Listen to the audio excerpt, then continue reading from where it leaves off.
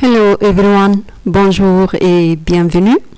Alors aujourd'hui on travaille sur un petit format, sur une petite toile de 12 inches sur 12. Je ne sais pas exactement ça fait combien en centimètres, mais je vais le chercher.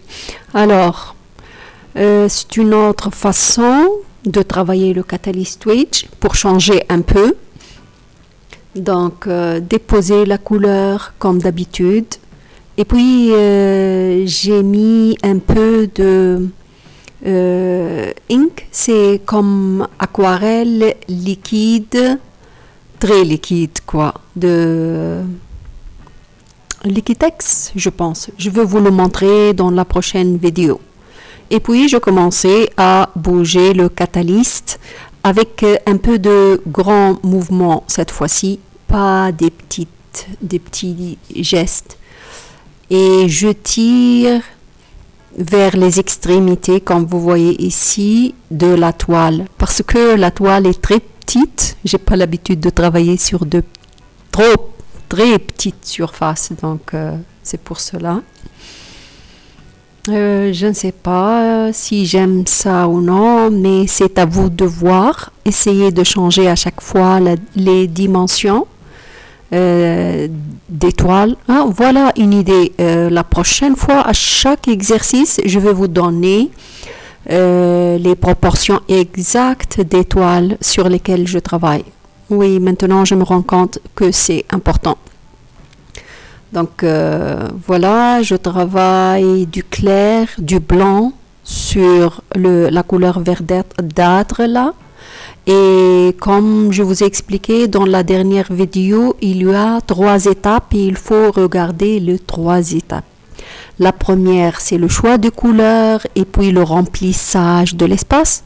La deuxième, c'est l'enrichissement.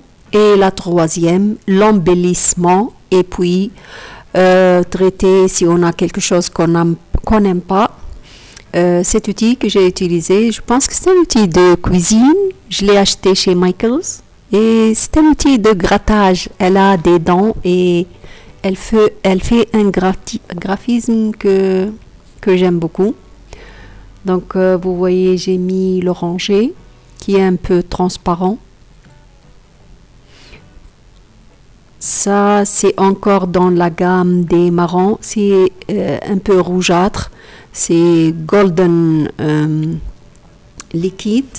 Si vous êtes très intéressé de savoir quelles sont les couleurs que j'utilise, laissez-moi des commentaires laissez-moi des commentaires me demandant. Et si vraiment il y a une majorité que aimerait savoir, donc je vais le montrer dans la prochaine vidéo. Sinon, je suis en train de répondre à chacun séparément. Ça aussi, c'est un outil qui aide beaucoup.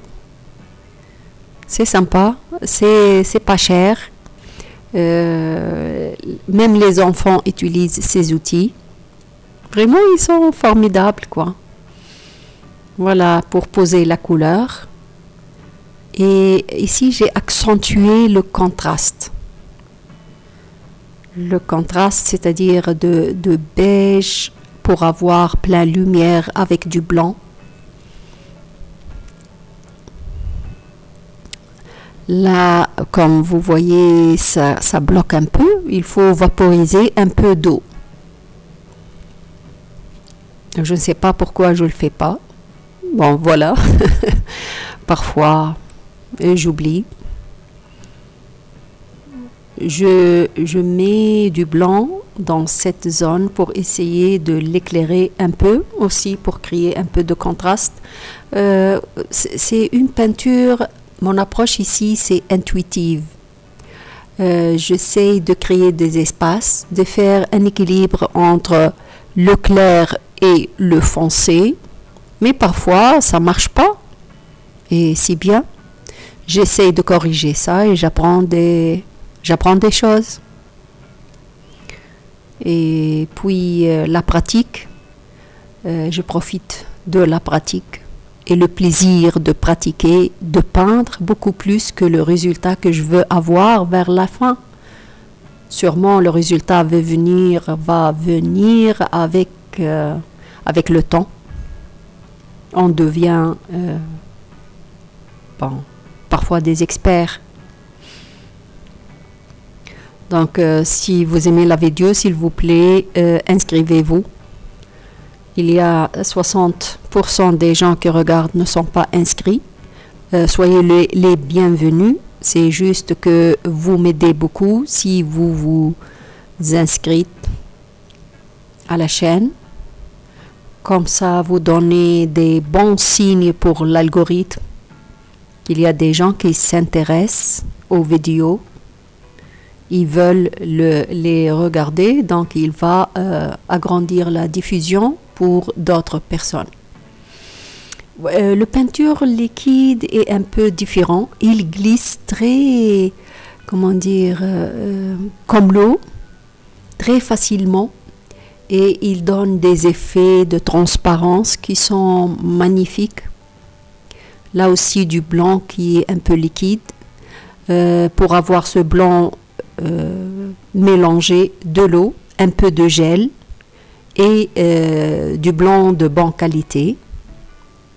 Et voilà, il est transparent et il bouge beaucoup. Mais quand même, il y a une petite confusion parce que ça devient, un peu difficile de savoir quoi faire avec. Donc pour moi, je suis habituée, pas de problème, mais pour vous, ne mettez pas une grande quantité. Vous aurez du mal à vous en débarrasser des excès. Mais c'est ce que je fais. Quand il y en a beaucoup, donc il faut essuyer le catalyste. Mais quand même, c'est beau d'avoir cette transparence.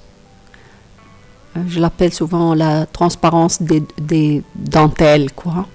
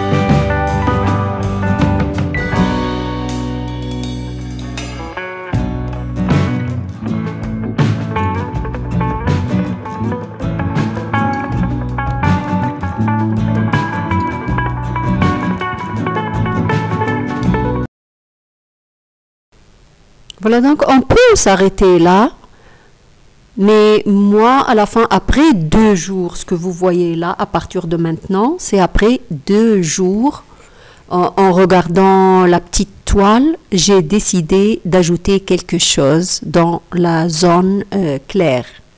Je ne sais pas si c'est une bonne idée ou pas, mais j'ai senti que j'aimerais ajouter quelque chose dans cette zone.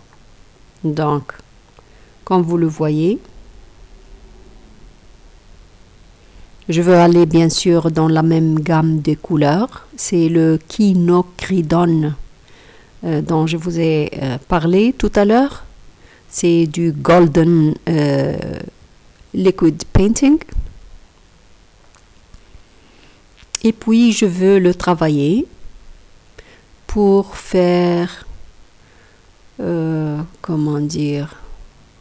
un aspect, un peu d'équilibre et ne pas laisser cette grande surface blanche. Je ne sais pas pourquoi, mais je l'ai senti comme ça. J'ai rien contre les grandes surfaces claires.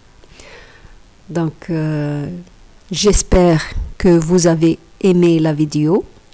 D'habitude, c'est plus facile de maîtriser une petite surface, mais c'est pas toujours évident. Donc, j'espère que vous allez pratiquer.